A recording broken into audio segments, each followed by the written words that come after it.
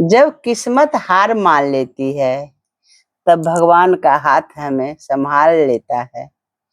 ईश्वर की कृपा और मनुष्य का कर्म दोनों ही जीवन में बहुत जरूरी है।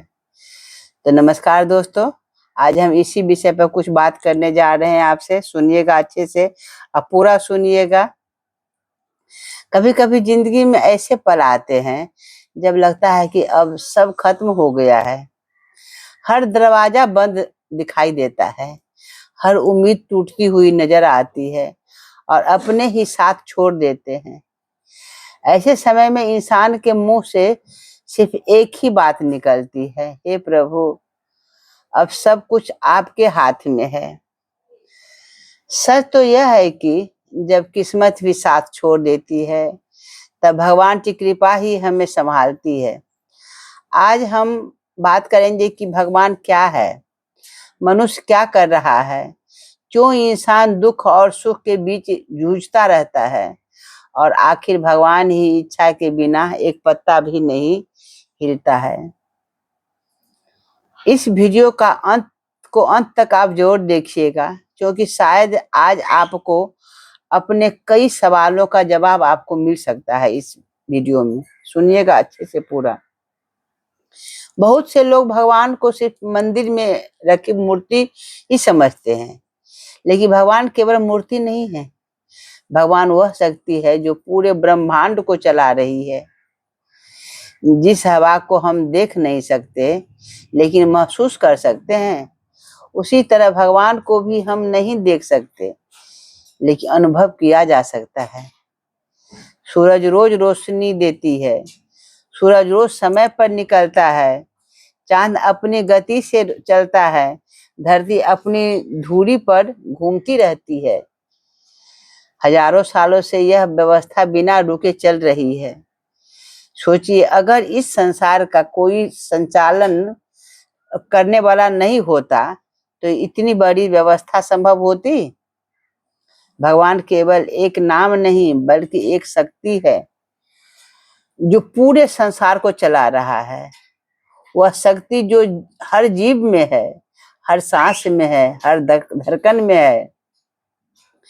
भगवान ने इंसान के बुद्धि दी है, विवेक दिया है, इंसान को सही और गलत पहचानने की शक्ति दी है, लेकिन इंसान ने उस शक्ति का उपयोग अपने स्वार्थ के लिए करना शुरू कर दिया।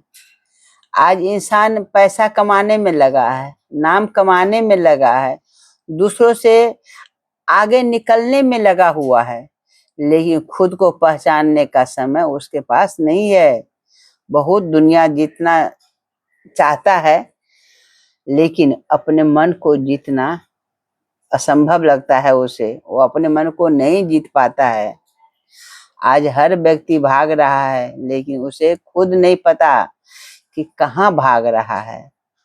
सुख की तलाश में जिन इंसान का इतना व्यस्त हो गया है ना, इंसान, उसके पास भगवान को याद करने के लिए समय ही नहीं है। और सब जब अलग हो जाते हैं तब उन्हें भगवान याद आती है। वही इंसान भगवान को पुकारता है। फिर बहुत लोग पूछते हैं, अगर भगवान है तो दुख क्यों देते, भगवान दुख क्यों देते हैं? सवाल बहुत अच्छा है। जो भगवान है तो दुख क्यों होता है? लेकिन इसका उत्तर भी उतना ही गहरा है।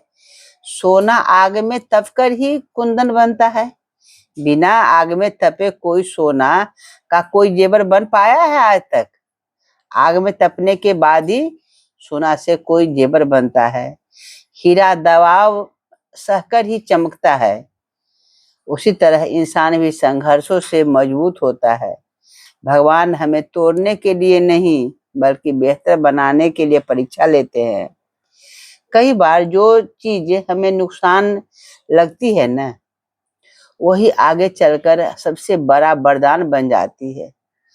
जिस नौकरी के न मिलने पर हम रोते हैं, बाद में समझ आता है कि वह हमारे लिए सही नहीं था।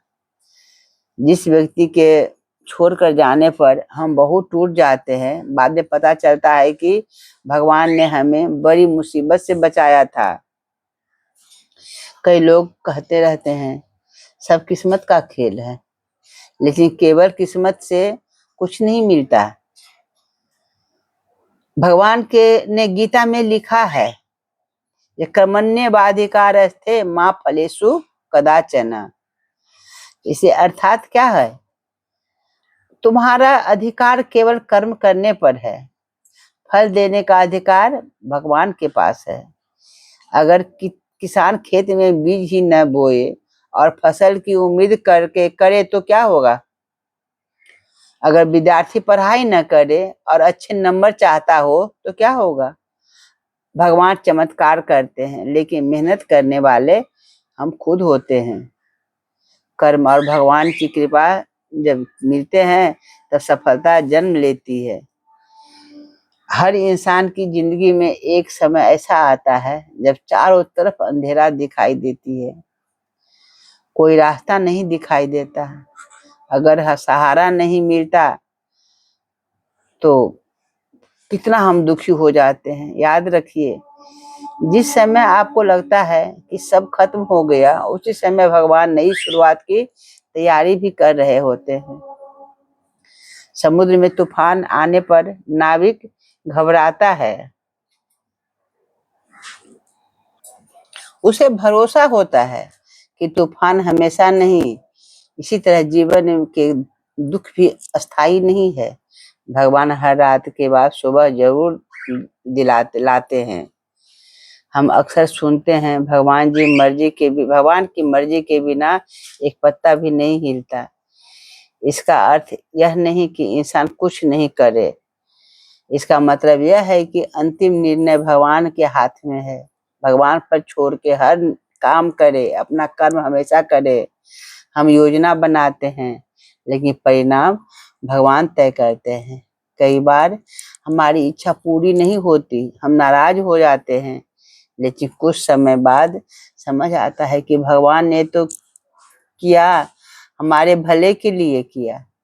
ईश्वर का दृष्टिकोण बहुत बड़ा होता है, वह भविष्य देख सकते हैं, हम केवल वर्तमान देख रहे हैं।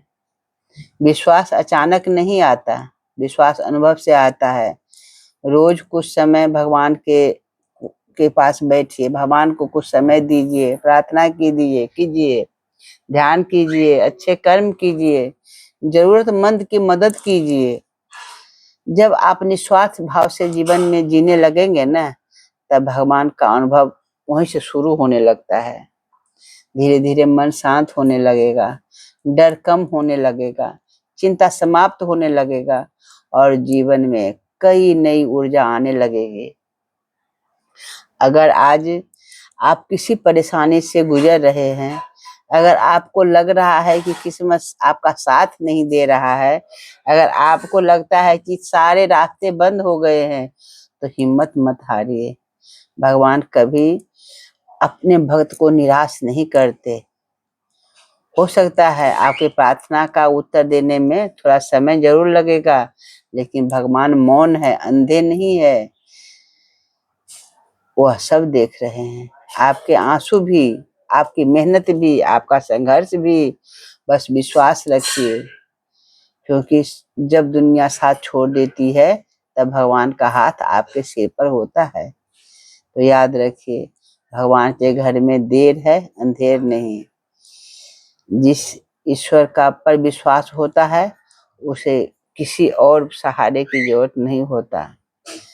तो याद रखिए, भगवान सब कुछ करते हैं, हमें सिर्फ कर्म करना है। नमस्कार दोस्तों, अच्छा लगे लाइक सब्सक्राइब जरूर करिएगा। बाय।